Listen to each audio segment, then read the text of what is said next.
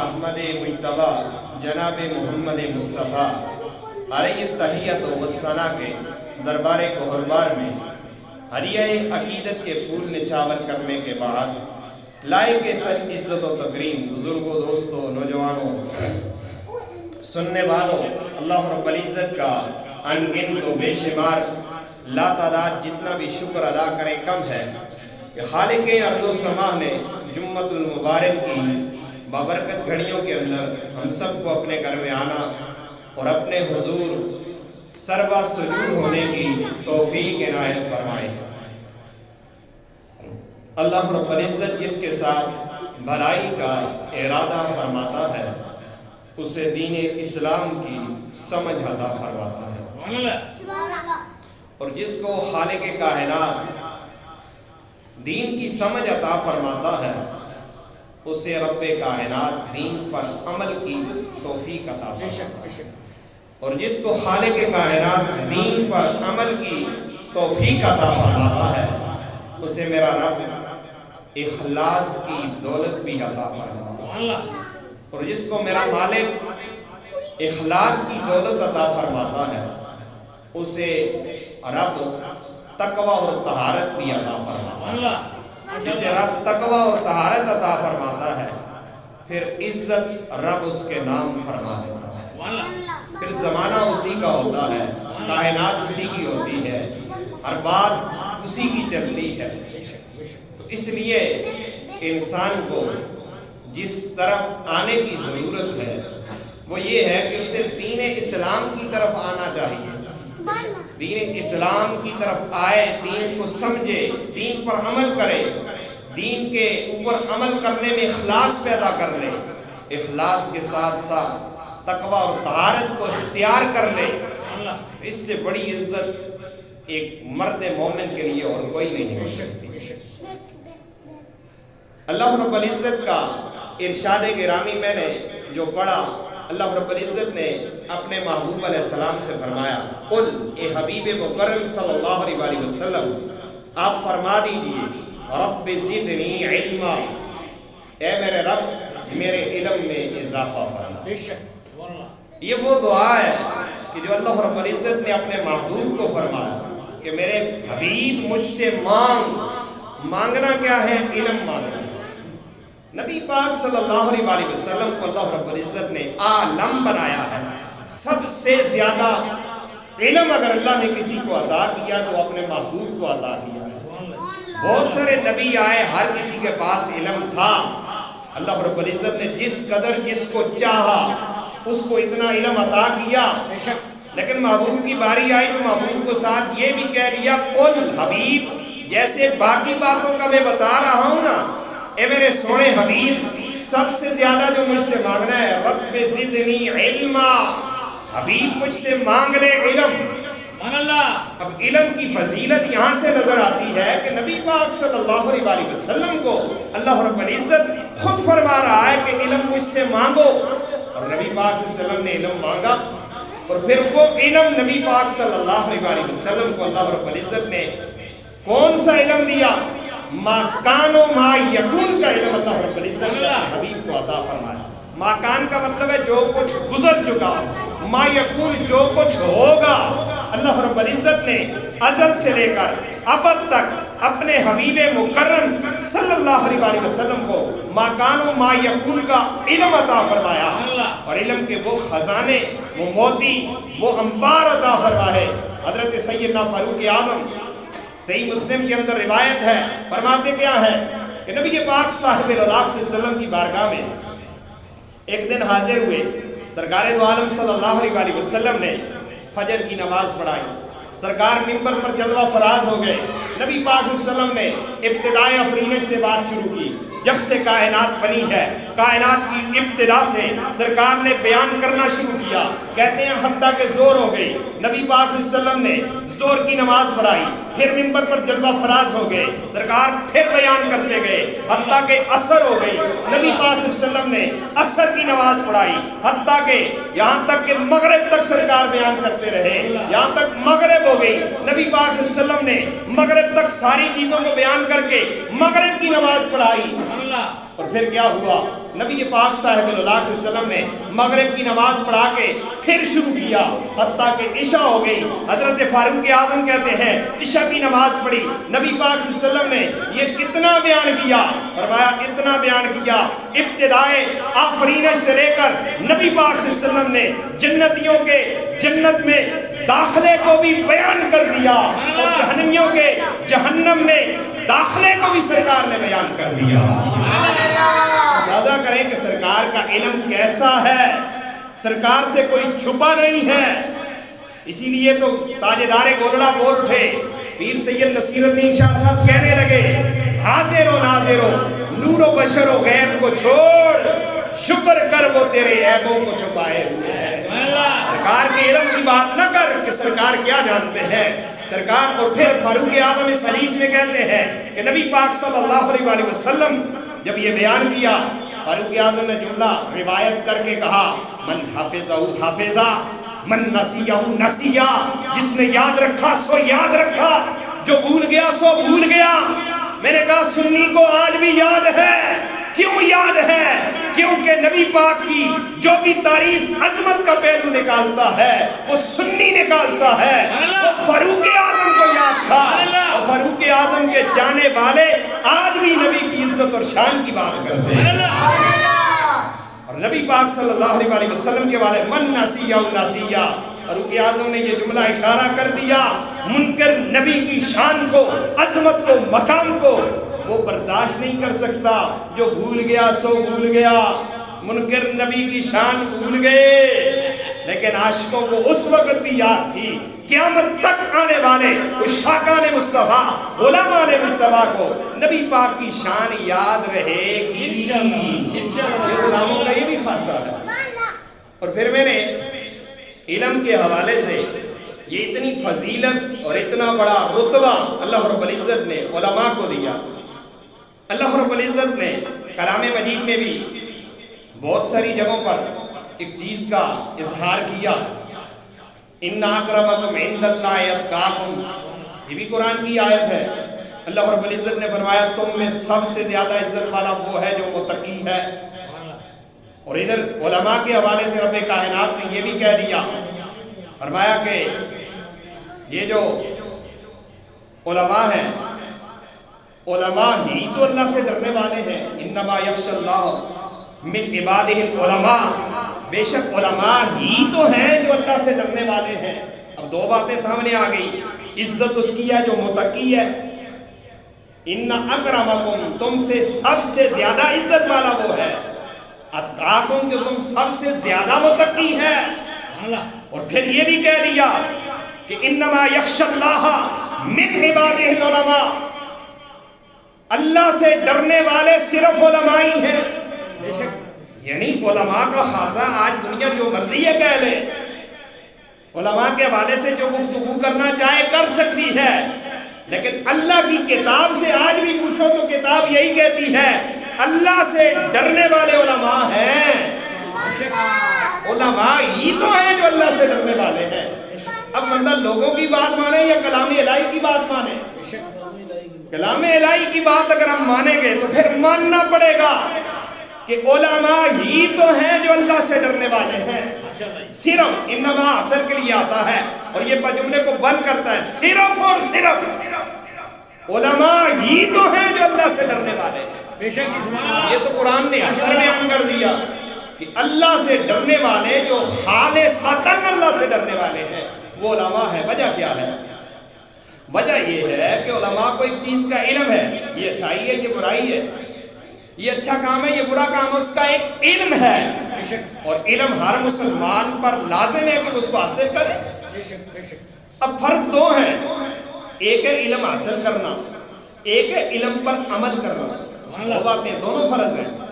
اب لوگ یہ کہتے ہیں جی, جیسے جاہلوں کا ایک مقولہ ہے, وہ کہتے ہیں جی حساب جب ہوگا علماء سے ڈبل ہوگا. میں نے کہا کیوں؟ وہ کہتا ہے جی علماء سے اس لیے ہوگا کہ ان کو پتا تھا پھر بھی انہوں نے غلط کام کوئی کر دیا. میں نے کہا نا, ایک فرض اس نے پورا کیا ہے, جو حاصل کرنے والا فرض ہے وہ پورا ہو گیا ہے, اور دوسرا فرض تھا عمل کرنا. ایک فرض کی سزا ہوگی علماء کو اگر انہوں نے عمل نہیں کیا. تمہارے اوپر دو فرض ہیں, تم نے ایک فرض ضائع کیا، پہلا یہ کہ علم حاصل نہیں کیا، دوسرا فرض یہ ضائع کیا کہ اس پر عمل بھی نہیں کیا، علماء سے پوچھا تک نہیں ہے۔ لہذا جب پوچھا نہیں ہے تو گناہ دو ہیں۔ گناہ کتنے ہیں؟ دو فرضوں کا تارک ڈبل سزا پائے گا، اور ایک فرض کا تارک ایک گناہ کی سزا پائے گا۔ تو لہذا علماء کی شان پھر بھی بلند ہے، پھر بھی بلند ہے۔ قیامت والے دن اللہ رب العزت جب علماء سے اگرچہ حساب ہوگا، لیکن علماء کو پھر بھی علماء کی صفوں میں کھڑا کیا جائے گا۔ حساب کے بعد بھی اللہ رب العزت ان کا جو خاصہ ہے، ان کا جو مقام ہے، قیامت والے دن بھی اللہ رب العزت علماء کی صفوں میں کھڑا کرے گا۔ تو پھر تیرا کیا بنے گا؟ پھر تو بات غلط ہو جائے گی۔ اس لیے کہ نبی پاک صلی اللہ علیہ وسلم کی امت کے جو علماء ہیں یا جنہوں نے دین کا کام کرنا ہے، ان کا مقام پوچھنا ہے، یا تو کتاب الہی سے پوچھو یا نبی صلی اللہ علیہ وسلم کے فرامین سے پوچھو۔ اور نبی پاک صلی اللہ علیہ وسلم نے جس انداز میں فرمایا کہ علم حاصل کرنا جیسے ضروری ہے، اسی طرح علم کو خرچ کرنا بھی ضروری ہے۔ ہم یہ سمجھتے ہیں شاید کہ مال سے خرچ کیا جائے، وَمِمَّا رَزَقْنَاهُمْ کی تفسیر کے اندر وَمِمَّا رَزَقْنَاهُمْ يُنْفِقُونَ، وہ جو ہم نے ان کو دیا اس سے وہ خرچ کرتے ہیں۔ علامہ بیضاوی اس مقام پر یہ فرماتے ہیں، فرمایا إِنَّ عِلْمًا لَا يُقَالُ لَهُ كَكَنْزٌ لَا يُنْفَقُ مِنْهُ، علم کی مثال ایسی ہے اگر وہ پڑھ کے پڑھایا نہ جائے نا تو وہ بھی ایک کنز بن جاتا ہے۔ جیسے زکوٰۃ کی آپ ادائیگی نہ کریں تو وہ بھی کنز بنتا ہے۔ کنز کا مطلب وہ آپ کے لیے عذاب بن جائے گا، جس کی وجہ سے آپ کو قیامت کے والے دن اس کے ساتھ داغا جائے گا۔ یہی مثال اس کی ہے کہ اگر علم پڑھ کے علم پھیلایا نہیں جائے گا، علم پڑھایا نہیں جائے گا، علم کے اندر آگے علم کو پھیلانے کے اسباب نہیں کیے جائیں گے، تو یہ پھر کنز بن کے تمہارے اوپر مسلط کیا جائے گا یہی علم۔ اس لیے علماء کی ڈیوٹی یہ ہے پڑھیں اور پڑھائیں۔ اور نبی پاک صلی اللہ علیہ وسلم نے جو اگلی بات بیان کی وہ یہ کہ نبی پاک صلی اللہ علیہ وسلم نے فرمایا کہ قسم ہے اس ذات کی جس کے قبضہ قدرت میں مجھ محمد مصطفیٰ صلی اللہ علیہ وسلم کی جان ہے، فرمایا جب بھی کوئی عالم یا متعلم پڑھنے یا پڑھانے کے لیے نکلتا ہے، یا کوئی متعلم کسی عالم کے در پر آ جاتا ہے، سیکھنے کے لیے آ جاتا ہے، اس کے لیے کیا ہے؟ فرمایا اللہ تعالیٰ اس کے لیے نا اس کے ہر قدم کے بدلے 1 سال کی عبادت کا ثواب ہے۔ 1 سال کتنا بڑا ہے؟ 1 سال کی مقبول عبادت کا ثواب اس طالب علم کے لیے ہے جس کو ہم حکیم سمجھتے ہیں، یہ ملا ہیں، یہ ملوٹے ہیں، یہ پتہ نہیں کیا کیا دنیا والے نام دیتے ہیں۔ تیری نظر میں کچھ اور ہے، نبی پاک کی نظر میں کچھ اور ہے۔ تیری نظر وہ کام نہیں کرتی، اللہ نے سب سے اچھی، افضل، اکمل، اعلیٰ جو نظر عطا کی ہے اللہ نے اپنے حبیب کو عطا کی ہے۔ اگر اس طالب علم کو دیکھنا ہے، اس کی شان کو سمجھنا ہے، اس کے مقام کو سمجھنا ہے، تو پھر نبی پاک صلی اللہ علیہ وسلم کی ختم نبوت والی آنکھ سے دیکھ اس طالب علم کا مقام کیا ہے۔ سرکار فرماتے ہیں یہ طالب علم جو علم کی طلب والا ہے، جب عالم کے در کی طرف آتا ہے، ہر قدم پر 1 سال کی عبادت کا ثواب پاتا ہے۔ روزانہ ایک طالب علم کتنے قدم چل کے آتا ہوگا؟ یہ تو 1 قدم کا ہے، تو جو 1000 قدم چل کے آئے، جو جتنا دور چل کے آئے، جتنا دور سے آئے گا، والدین کا یہ بھی ایک شکوہ ہوتا ہے جی ہمارے بچے دور سے چل کے آتے ہیں، تو ثواب بھی تو زیادہ ہے۔ یہ بھی تو بات ہے، ثواب بھی تو زیادہ ہے۔ اس علم کے لیے علماء نے جو کچھ سیکھا پڑھا وہ بھی تو کسی کے پاس گئے ہوں گے۔ امام بخاری رحمۃ اللہ تعالیٰ علیہ ایک حدیث کے لیے مہینوں کا سفر کرتے تھے، ایک حدیث کے لیے جس کی قدر ہمیں نہیں ہے۔ امام بخاری سے جا کے پوچھو ایک حدیث کے لیے کس طرح جاتے تھے، پھر ایک حدیث کو لکھنا کیسے ہے، پھر ایک حدیث کے لیے اہتمام کیسا کرنا ہے۔ آج وجہ یہی ہے کہ ہم قرآن و سنت سے دور ہو کے ذلیل ہو رہے ہیں۔ وجہ یہ ہے کہ امام بخاری رحمۃ اللہ تعالیٰ نے ایک حدیث کے لیے مہینوں کا سفر کرتے تھے، پھر حدیث بھی اس بندے سے لیتے تھے جس کی صداقت ہو، جس کے اندر عدالت ہو، جس کے اوپر تان نہ ہو، تشریح نہ ہو، وہ بندہ ہر لحاظ سے صاف ستھرا ہو، ایسے بندے سے حدیث لیتے تھے۔ ایک مرتبہ مہینے کا سفر کر کے گئے اور ایک شخص جس کے پاس سے حدیث لینے کے لیے جس کا نام سنا تھا، وہ شخص گھوڑے کو اس طرح جوری اٹھا کے نا بلا رہا تھا، تو آپ نے دیکھا جولی تو خالی ہے، ایک گھوڑے کو وہ بلا رہا ہے کہ گھوڑا کچھ سمجھے کچھ خوراک ہے وہ اس کی طرف آئے۔ امام بخاری نے اس سے حدیث نہیں لی۔ آپ نے فرمایا جو ایک جانور کے ساتھ اگر یہ اس کے ساتھ بے وفائی کرتا ہے، اس کو دھوکہ دیتا ہے، پتہ نہیں سنت رسول بیان کرنے میں کتنی بے وفائی کر دے گا۔ اس سے حدیث میں نے نہیں کہنی، جو اتنے محتاط تھے ایک ایک حدیث کو بیان کرتے وقت کتنی احتیاط برتتے تھے۔ اور امام بخاری جیسا محدث جب حدیث لکھتے تھے تو پھر کیا ہوتا تھا؟ ہر حدیث سے پہلے غسل کرتے تھے، جی ہر حدیث سے پہلے 2 رکعت نماز نفل پڑھتے تھے، خوشبو لگاتے تھے، عمدہ لباس پہنتے تھے۔ یہ ہمارے بزرگوں کا طریقہ تھا۔ لیکن آج ہم ان چیزوں سے قاصر ہیں۔ ہم گلی میں بھی کھڑے ہو کے حدیث سنا دیتے ہیں، پھر بھی کوئی سننے کے لیے تیار نہیں۔ ہم پھر بھی کہتے ہیں یار سیکھو، یہ نبی پاک صلی اللہ علیہ وسلم کی وراثت پڑھ رہی ہے، سرکار کا علم سیکھ لو، یہ خزانے ہیں، یہ جنت کی کیاریاں ہیں، یہ جنت کے باغات ہیں، ان باغوں سے کچھ لینا ہے تو لے جاؤ۔ یہ وہ خیرات ہے جو باطنی خیرات ہے۔ بندہ جسم کے لیے جیسے غذا ضروری ہے، اسی طرح ہماری روح کے لیے بھی ایک تزکیہ ہے، وہ تزکیہ علم سے ہوتا ہے۔ جب علم آتا ہے نا تو پھر انسان کا تزکیہ ہوتا ہے۔ صاحب نظر کے پاس جب بیٹھتا ہے تو پھر تزکیہ ہوتا ہے، کیونکہ صاحب نظر علم کی وجہ سے اس کی روشنیاں اتنی پھیل جاتی ہیں، پھر وہ اندر کی بات بھی جاننا شروع ہو جاتا ہے۔ میں حدیث سے بات لے کے آپ کو نبی پاک صلی اللہ علیہ وسلم نے فرمایا جو 40 دن اخلاص کے ساتھ اللہ کی رضا کے لیے اخلاص پیدا کر لے، کتنے دن؟ صرف 40 دن اخلاص پیدا کر دے، اس کے اندر سے حکمت پھوٹنا شروع ہو جاتی ہے۔ تو جس کی ساری زندگی اخلاص والی ہو، 40 دن والے بندے کے اندر یہ چیز پیدا ہو جاتی ہے کہ اس کے اندر حکمت پھوٹتی ہے، اس کی زبان سے حکیموں والے جملے نکلتے ہیں۔ تو مجھے بتانا جس کی ساری زندگی قرآن و سنت پڑھتے پڑھاتے اخلاص کے ساتھ گزر جائے، اس کی زبان سے حکمت والے جملے نہیں پھوٹ سکتے ہیں؟ کیوں نہیں پھوٹ سکتے؟ بہت کچھ پھوٹ سکتا ہے۔ اور پھر نبی پاک صاحب اللہ صلی اللہ علیہ وسلم نے آگے فرمایا یہ جو ایک شخص ایک طالب علم اگر استاذ کے در پر آتا ہے، ہر قدم پر 1 سال کی عبادت کا ثواب ملتا ہے۔ اور آگے سرکار نے فرمایا وَبَنَا بِكُلِّ قَدَمٍ مَدِينَةً فِي الْجَنَّةِ، اس کے ہر قدم کے بدلے اللہ جنت میں ایک پورا شہر آباد کرتا ہے، ایک پورا جہان آباد ہوتا ہے ایک قدم کے بدلے۔ یہ مت سمجھنا یہ طالب علم کیا ہے، یہ دین کے پڑھنے پڑھانے والے کیا ہیں، تمہاری نظر میں کچھ اور ہے، مدینے والے کی نظر میں کچھ اور ہے۔ یہ باغات پھر وہیں آ کے پتہ چلے گا، جنت میں ایک قدم کے بدلے یار شہر بنتا ہے، سوچنے والی بات ہے۔ جس کے ہزاروں قدم ہوں گے، 1000 ہاں کے حساب سے اللہ رب العزت کتنے ہی جنت میں شہر پیدا کر دے گا۔ اور ایک بچے سے پوچھو گھر سے چل کے آتے ہو کتنے قدم، اس کو وہ نہیں کہہ سکتا، بچہ شمار نہیں کر سکتا بھائی گھر سے آتے وقت کتنے قدم ہیں، گھر میں جا کر پہنچتے وقت کتنے قدم ہیں۔ ایک قدم کی برکت یہ ہے کہ اللہ رب العزت ایک قدم کے بدلے جنت میں ایک شہر آباد کرتا ہے۔ تو پھر جس کی ساری زندگی پڑھنے پڑھانے میں گزر گئی، اس کا حساب کون کر سکتا ہے؟ اور نبی پاک صلی اللہ علیہ وسلم نے فرمایا وہ چلتا ہے وَيَمْشِي عَلَى الْأَرْضِ، وہ چلتا ہے زمین پر، پھر کیا ہوتا ہے؟ زمین اس کے لیے بخشش کی دعائیں مانگتی ہے۔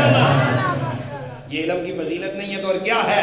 زمین کا ذرہ ذرہ، زمین کا چپا چپا اس شخص کے لیے بخشش کی دعا مانگتی ہے جو شخص علم کی طلب میں لگ جاتا ہے۔ بندہ یہ چاہتا ہے میری عزت ہو، میری بلے بلے ہو، بلے بلے تو ہوگی، لیکن دیکھنا زمین کا ذرہ ذرہ تجھے پسند کرتا۔ اب کسی کے لیے کسی کا دل خوش ہوتا ہے تو بندہ دعا دیتا ہے، تو جس سے زمین کا ذرہ ذرہ خوش ہے وہ کون ہے؟ وہ دین کا طالب علم ہے، وہ دین حاصل کرنے والا ہے کہ جس کے لیے زمین کا ذرہ ذرہ اس کے لیے بخشش کی دعائیں کر رہا ہے۔ اور نبی پاک صلی اللہ علیہ وسلم فرماتے ہیں وَيَمْسِي وَيُصْبِحُ مَغْفُورًا لَهُ، صبح بھی اس کے لیے بخشش ہے، شام بھی اس کے لیے بخشش ہے، صبح بھی بخشا ہوا، شام بھی بخشا ہوا۔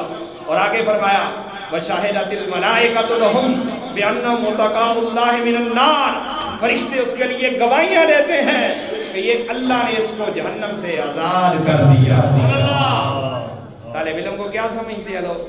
لیکن ادھر حدیث پاک آپ نے سن لی کہ نبی پاک صلی اللہ علیہ وسلم نے کس تفصیل کے ساتھ علم کی طلب والے کے لیے اتنا کچھ نبی پاک صلی اللہ علیہ وسلم نے بیان کر دیا.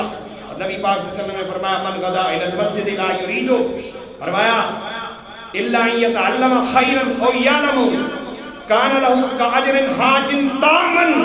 نبی پاک صلی اللہ علیہ وسلم نے یہ بھی فرما دیا، فرمایا کہ جو علم کے لیے، علم پڑھانے کے لیے یا علم پڑھنے کے لیے مسجد کی طرف آتا ہے. ایک مسئلہ بھی وہاں نکل آیا، مساجد میں مدارس ہونے چاہیے کہ نہیں ہونے چاہیے؟ حدیث رسول سے ثابت ہو گیا جو مسجد میں علم سکھانے کے لیے یا علم سیکھنے کے لیے آتا ہے، یہ بات بھی آ گئی، اس کے لیے کتنا ثواب ہے. فرمایا ایک مکمل مقبول حج کا ثواب.